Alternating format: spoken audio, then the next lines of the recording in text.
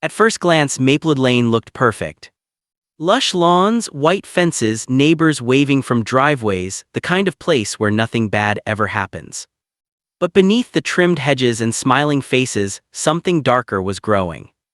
And one man was about to uncover it. Ethan Miller wasn't the kind of guy who liked trouble. He moved to Maplewood for peace, a place to raise his daughter Lily after his wife passed away. He was quiet, polite, paid his dues to the HOA like everyone else. But he noticed things. Strange things. The HOA president, Linda Harrow, always seemed to have money for new projects, new gates, new signage, new decorative lamps, yet every month the fees went up.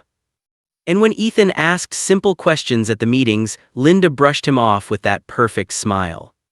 "Transparency is overrated," she joked once. The room laughed. Ethan didn't. He began keeping notes. Receipts that didn't add up. Invoices for companies that didn't exist. He wasn't paranoid, he was careful. Because something in Maplewood didn't make sense. Late one night while walking his dog, Ethan noticed a black SUV parked across from Linda's house. The engine was off, but a faint glow flickered inside a phone screen. He looked closer. A man in a dark hoodie, camera in hand, taking pictures through her window. When Ethan took a step forward, the SUV's lights flashed and it sped off down the street. The next morning, Linda called an emergency HOA meeting. She claimed someone was stalking her.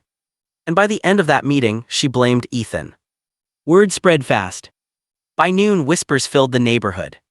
The quiet guy on the corner, the one always asking questions. He's obsessed with the president. He's dangerous. Ethan couldn't believe it. The same people who smiled at him every morning now avoided his eyes. Even Lily came home from school asking why everyone was saying bad things about her dad. He knew then this wasn't a misunderstanding. It was a setup.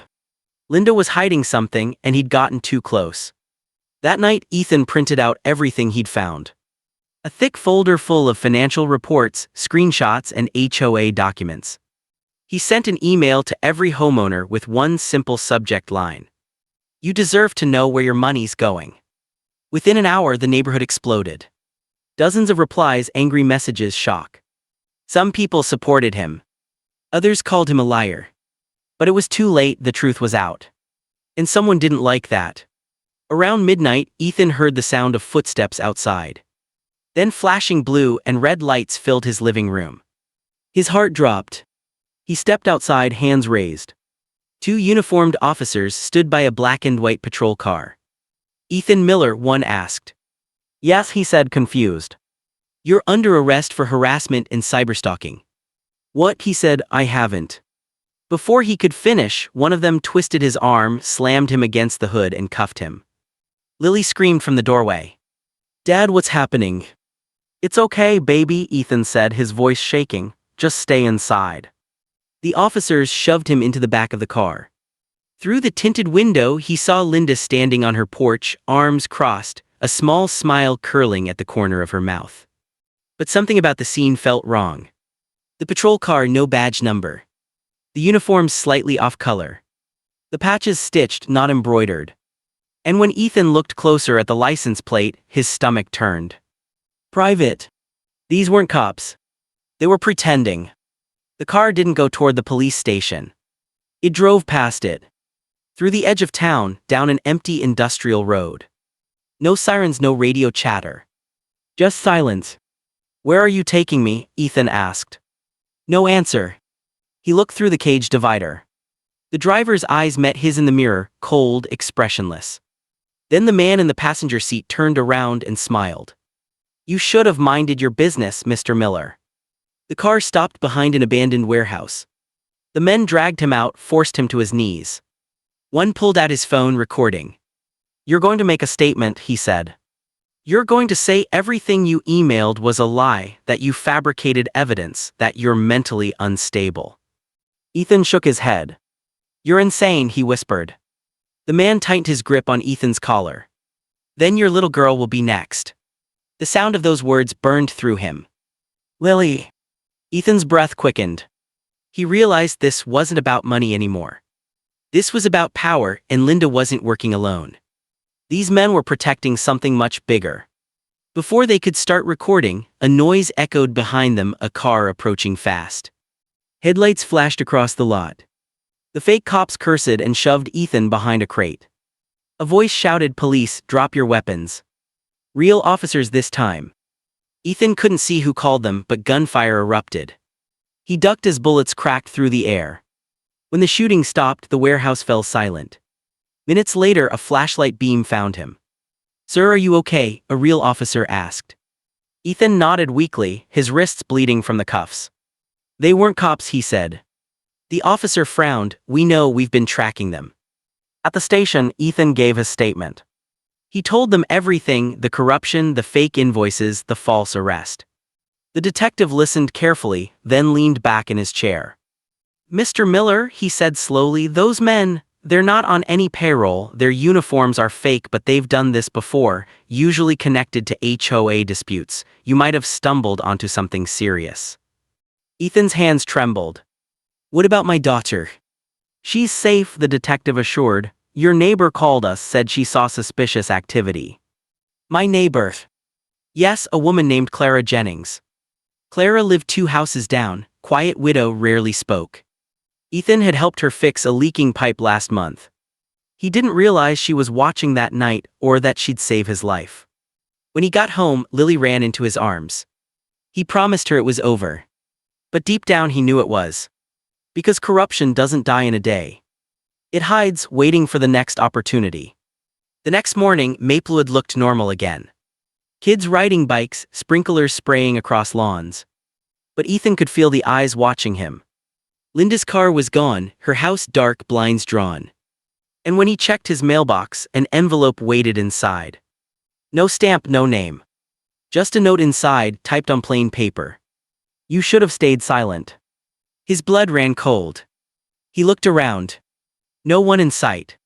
That evening, Clara knocked on his door. She looked shaken. "Ethan, can we talk?" she whispered. They sat in the living room, curtains closed. "I didn't want to say anything before," she began, "but I think I know who those men were." Ethan leaned forward. "Who?" Clara hesitated. "My husband used to work for the HOA. He handled their contracts before he disappeared." "Disappeared," Ethan repeated. She nodded. 3 years ago, they said it was an accident, but I found his notebook after he died. He'd written something about Linda and a security company she hired, Guardian Enforcement. It's not a real company, Ethan. It's just a name they use to launder money and silence people. Ethan stared at her in disbelief. "So those fake cops, they were from Guardian?" Clara nodded. "And if Linda's scared now, it's because you exposed them." He rubbed his face, trying to process it all. "I thought I was just uncovering a scam," he said quietly. "No," Clara said, "you uncovered a network." Outside, thunder rolled over Maplewood. The wind rattled the windows. Ethan looked out, watching the rain pour down. And for the first time, he realized the fight wasn't just against Linda, it was against the entire system that allowed her to thrive. He turned back to Clara. "I'm not stopping," he said. "They tried to destroy me, threaten my daughter. I'm not letting them do this to anyone else." Clara hesitated, then slid a small flash drive across the table. "My husband kept this hidden," she said. "I think it's what got him killed." Ethan picked it up. "What's on it?" "Everything." She stood, pulling her coat tight. "Be careful, Ethan, they always watch the ones who dig too deep." When the door closed, Ethan sat in silence, the flash drive in his hand. He plugged it into his laptop, breath unsteady. Folders opened, invoices, bank transfers, property deeds, all under the name Guardian Enforcement LLC. And then a video file. He clicked play. Linda appeared on screen, standing beside 2 of the fake cops. Behind her, stacks of cash on a table. She smiled at the camera. "Here to another successful year, no one ever questions the HOA." Ethan froze. He had her. He finally had proof. But before he could upload the video, the power went out. The room plunged into darkness. Outside, a car engine started. Headlights flickered through the blinds, pointed directly at his window. And a voice called out from the rain. "Ethan, step outside, we need to talk." He didn't move. The voice came again louder. Ethan Miller, it's the police. He felt the weight of those words again, the same words from last night. But were they real cops this time? He couldn't tell. His heart pounded as he backed away from the window, holding Lily close. And in that trembling silence, he realized one horrifying truth. The war for Maplewood had just begun. The rain slammed against the windows like warning drums. Ethan stood frozen in the dark, holding Lily close as the headlights carved shadows through the living room. The voice outside came again, deep, authoritative, and too familiar. Ethan Miller, this is the police. Step outside with your hands where we can see them. He didn't move. Not this time. He'd already fallen for that once. His mind raced. If these were fake cops again, stepping outside could be the last thing he ever did. He crept to the window and peeked through the blinds. Two men stood by a black car, wearing raincoats over their uniforms. The markings looked real. The cruiser had a badge number, lights flashing properly this time. But Ethan knew how convincing a lie could look under rain. Lily whispered, "Dad, are they real police?" He squeezed her shoulder gently. "I don't know, sweetheart, stay quiet." He reached for his phone, hands trembling, and dialed the local station himself. A woman's voice answered. "Maplewood Police Department." "Yeah, this is Ethan Miller. There are officers outside my house. Are you sending anyone here tonight?" "One moment, sir." The line crackled. Then the dispatcher said, "No, sir, we don't have any units assigned to your address." Ethan's blood ran cold. He hung up, heart pounding. Outside, the men started walking toward his door. He turned to Lily.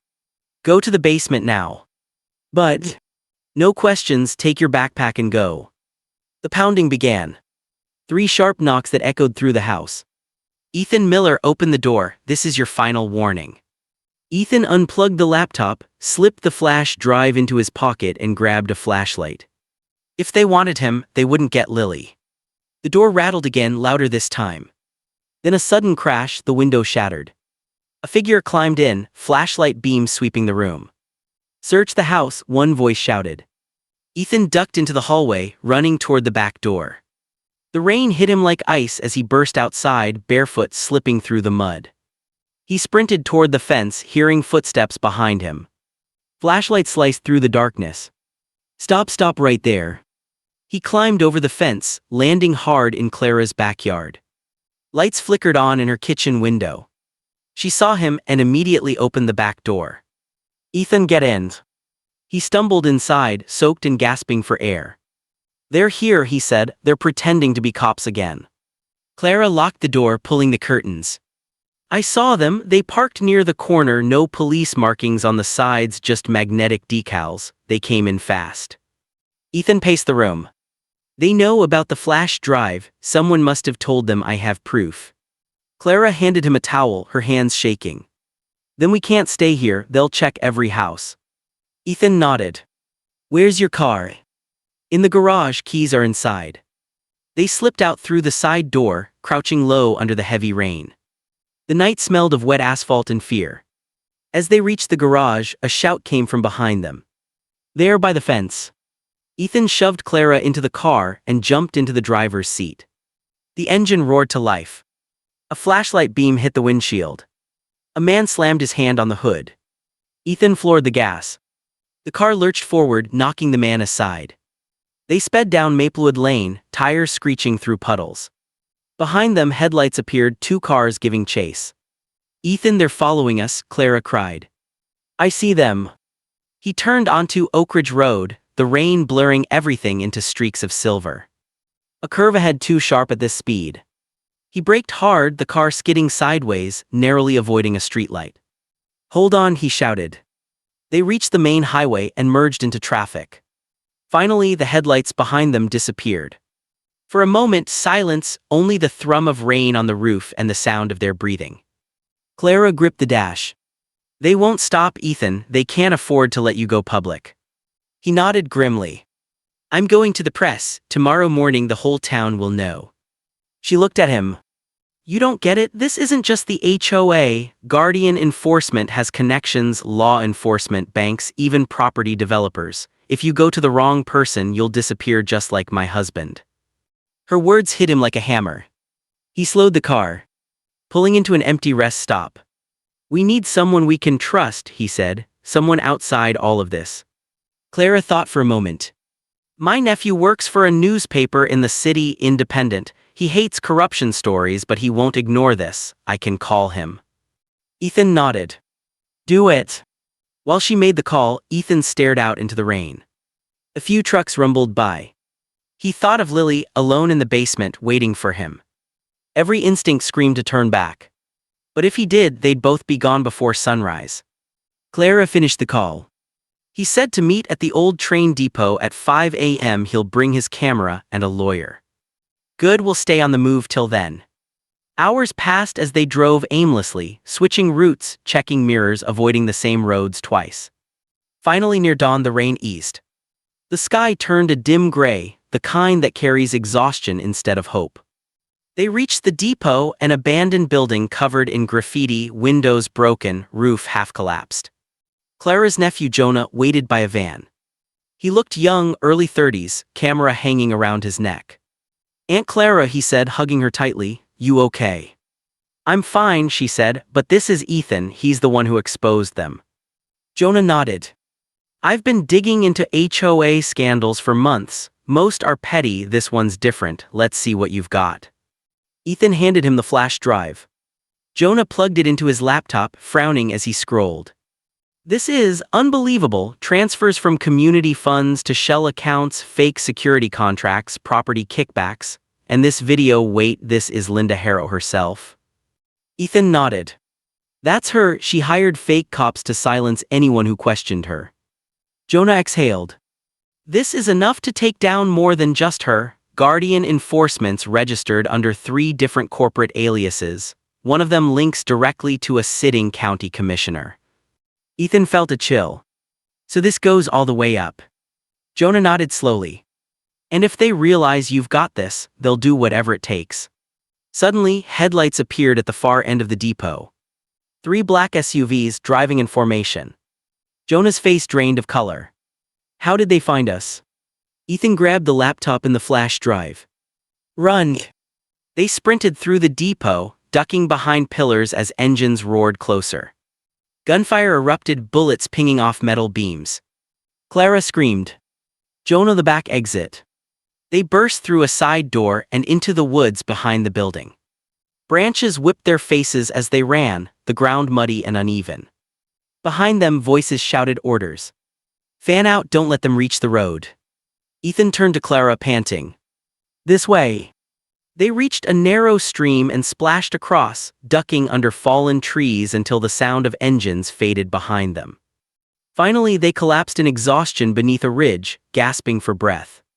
Clara looked at him, trembling. "What do we do now?" "We get this out," he said, "no matter what it takes." Jonah opened the laptop again. "I can send it to our servers remotely, but I need a signal." Ethan pulled out his phone, dead. "They're jamming the area." Jonah's hands shook. "If we can get half a mile east, there's a gas station, public Wi-Fi, that's all we need."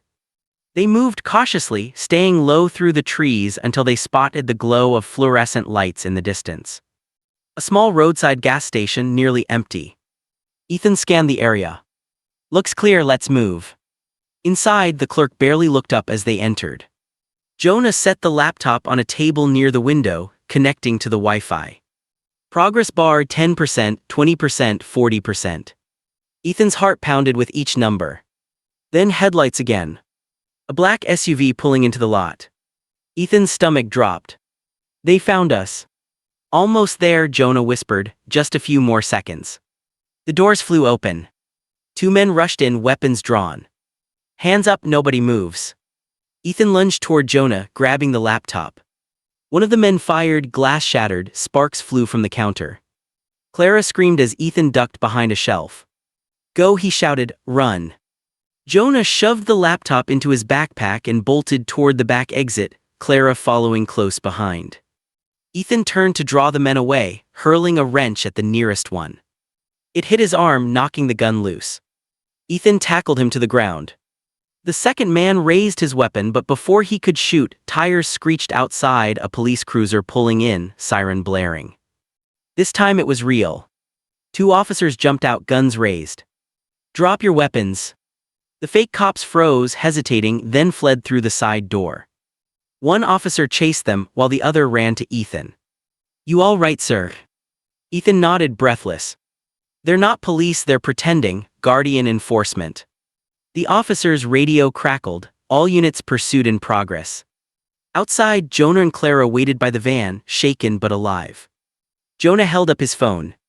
"It uploaded," he said, "every file, the entire story in the cloud now, they can't stop it." Ethan felt his knees weaken.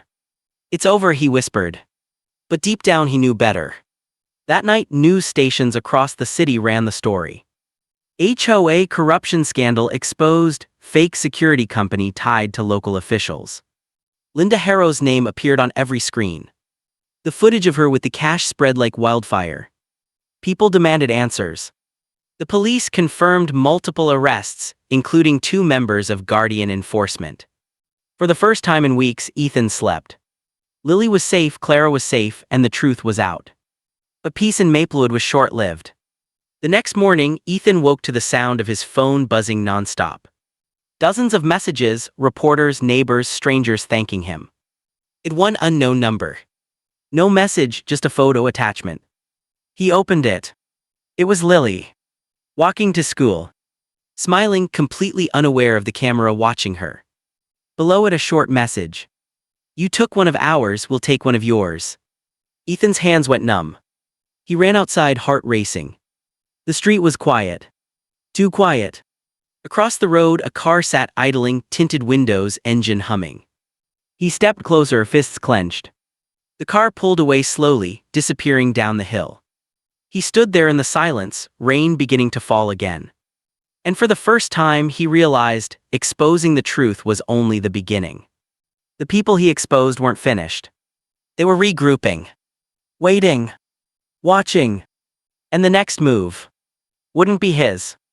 The morning light felt wrong, pale, washed out, as if the sun itself was hesitant to rise over Maplewood. Ethan stood in the middle of the street, his phone trembling in his hand. The picture of Lily glowed on the screen, her little backpack, her bright yellow raincoat, and that innocent smile. The timestamp read 7:42 a.m. It had been taken just 15 minutes ago. Ethan's heart pounded so violently he could barely think. He bolted toward the school. Every street corner blurred past as he ran. He called the school office, his voice shaking.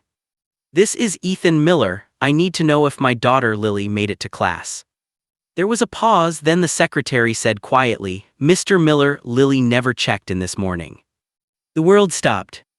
Ethan didn't remember hanging up. He didn't remember bursting through the front doors of the school. He only remembered the silence, rows of lockers, kids laughing faintly down the hall, and that gaping absence where his daughter should have been.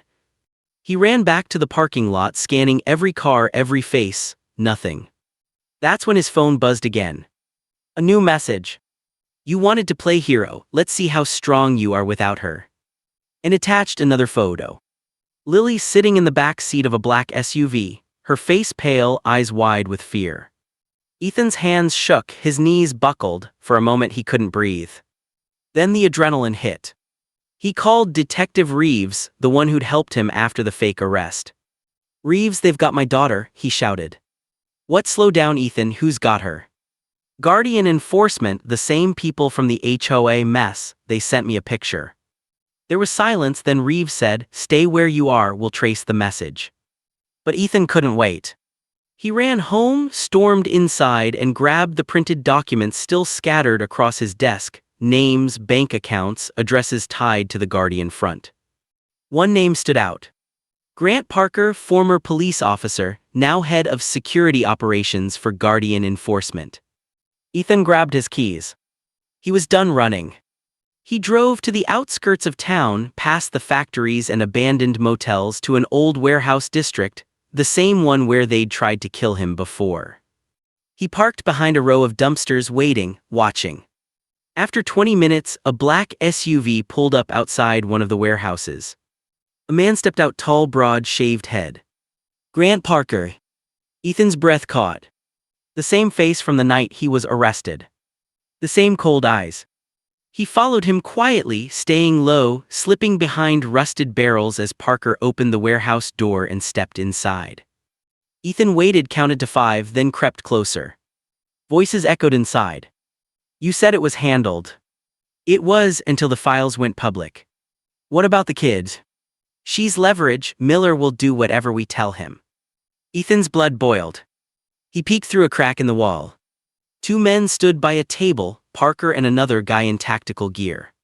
And in the far corner, a small figure tied to a chair. "Lily." Ethan's breath caught. She was alive. He scanned the room. 2 guards by the exit, one near her.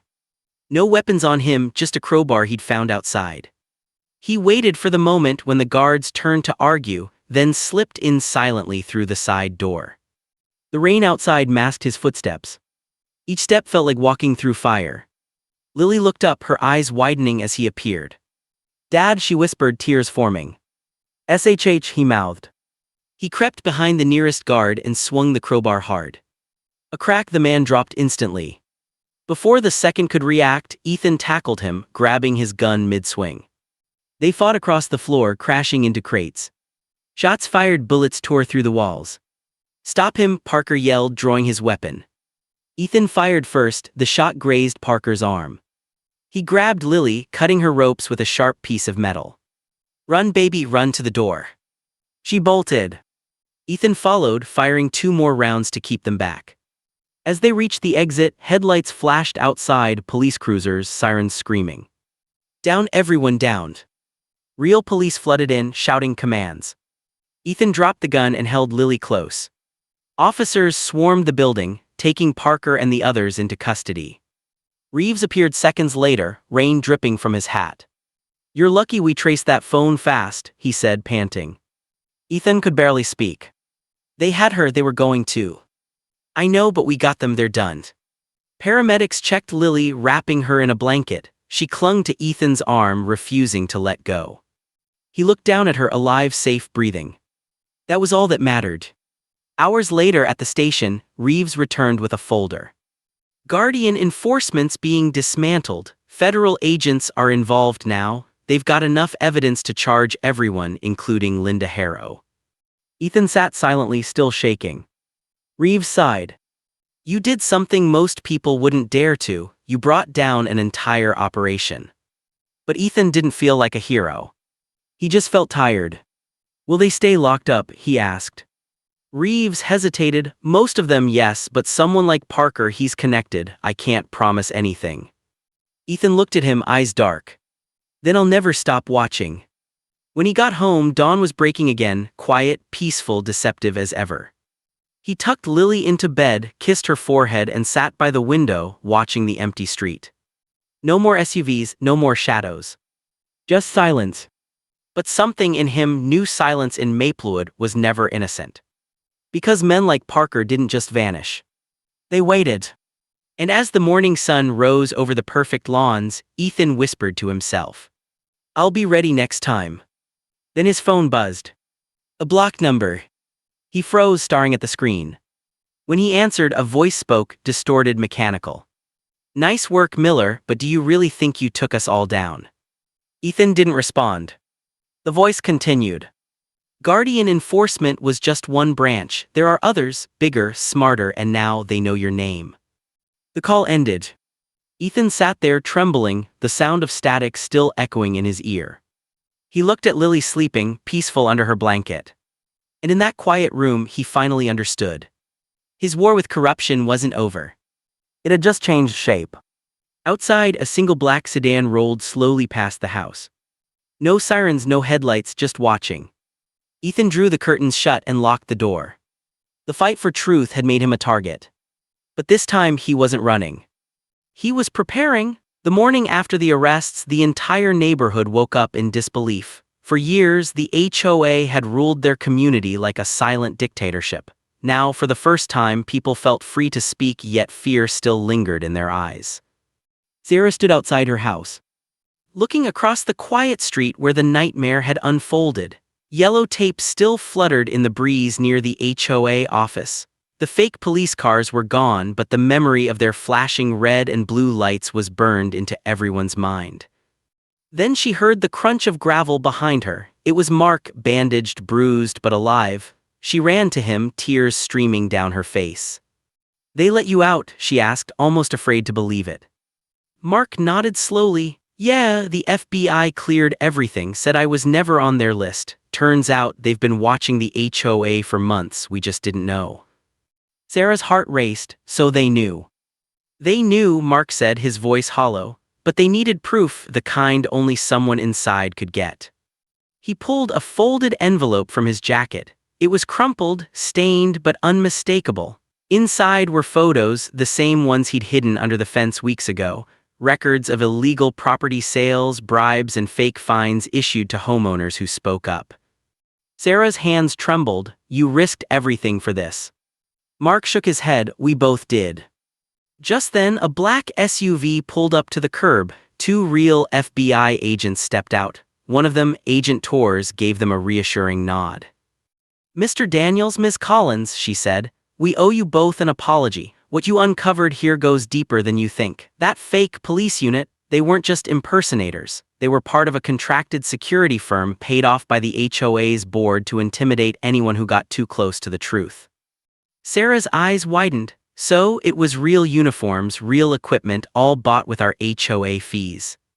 "Exactly," Agent Torres replied grimly. "Your neighbors were funding their own intimidation." The words hit like a thunderclap. The same money residents paid for community upkeep had been used to stage fake arrests, destroy evidence, and silence whistleblowers. "Most of the board's already in custody," Torres continued, "but there's still one missing, your president, Alan Reeves." Mark's jaw tightened. "He's gone."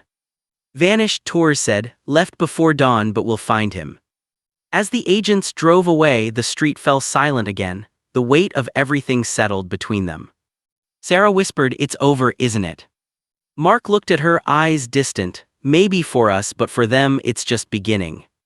That night, a storm rolled through the neighborhood. Rain poured down the driveways, washing away the chalk lines and tire marks that had marked the chaos. But inside Sarah's home, the air was still heavy, not with fear, but with reflection. She sat by her window, staring at the glowing lamppost outside. Every drop of rain seemed to carry a memory, the first warning notice she ever got, the meeting where they tried to humiliate her, the knock on the door that changed everything. Her phone buzzed, a message from Mark. "You should see this." She slipped on her raincoat and hurried down the street. Mark was standing in front of the community board, the big wooden one where the HOA used to post their rules and fines. But now someone had pinned something else to it. A single piece of paper, typed crisp and wet from the rain. "The truth will always surface, even in the cleanest neighborhoods." Underneath, a photo of Alan Reeves smiling beside a city official, time-stamped 2 days ago. Sarah's stomach dropped. He's still in town. Mark clenched his fists. He's trying to rebuild somewhere else. For a moment, neither of them spoke. The storm grew louder, thunder echoing like a warning from above. Then Mark said quietly, "We can't let him do this again." Sarah nodded. "We won't." Days turned into weeks. The HOA dissolved officially, replaced by a temporary council of homeowners. Reporters swarmed the area, calling it the quietest scandal in suburbia. But despite all the interviews and headlines, the real story, the emotional scars, stayed hidden behind every white fence and perfect lawn. Sarah tried to return to normal life, but something had changed in her. She couldn't unsee the faces of those fake officers or forget the cold handcuffs against Mark's wrists. Every sound outside still made her flinch. Then one evening she found a small box on her porch. No label, no return address. Inside was a USB drive and a note. "For your eyes only, AR. Alan Reeves." She hesitated, then plugged it into her laptop. The screen flickered, revealing surveillance footage, timestamps from months ago. Inside the HOA office, Alan was talking to a man in uniform, the same fake sergeant who had arrested Mark. "Make it look real," Alan's voice said clearly. "We can't have anyone else snooping around, especially Daniels." Sarah covered her mouth in shock. The evidence was undeniable, but there was more. A second clip. Alan standing in front of a large construction site handing a briefcase to a contractor. Once this project's done, he said, they'll forget the old neighborhood ever existed. Sarah froze. He wasn't hiding. He was moving on to a new community, planning to rebuild his empire somewhere else under a different name. She called Mark immediately. He's setting up again, I have proof. Mark's voice was calm but firm. Then we expose him publicly, this time no cover-ups, no silence. 2 weeks later, the footage went viral. A YouTuber picked it up, calling it the HOA scandal that never died. Within hours, news outlets across the country ran the story. Alan Reeves was caught at an airport in Arizona, carrying a fake ID and over $400,000 in cash. When the news broke, Sarah and Mark sat together in her living room. Neither spoke for a long time. The TV flashed images of Alan being led away in handcuffs, real ones this time. Finally, Mark said softly, "You did it." Sarah shook her head. "No, we did." He smiled faintly. "Guess the neighborhood finally clean." She looked out the window, the same street where it all began. Kids were playing again, the fences still white, the lawns still trimmed, but now there was honesty in the air. The illusion had been broken. And as the sun dipped below the roofs, painting the sky gold, Sarah whispered to herself, "Sometimes the real crime isn't what happens behind closed doors, it's the silence that lets it happen." The camera would fade on that line, her voice echoing softly, with a final image of the once perfect suburban street, now scarred but alive. Because in the end, the truth had won. And no badge, real or fake, could ever hide it again.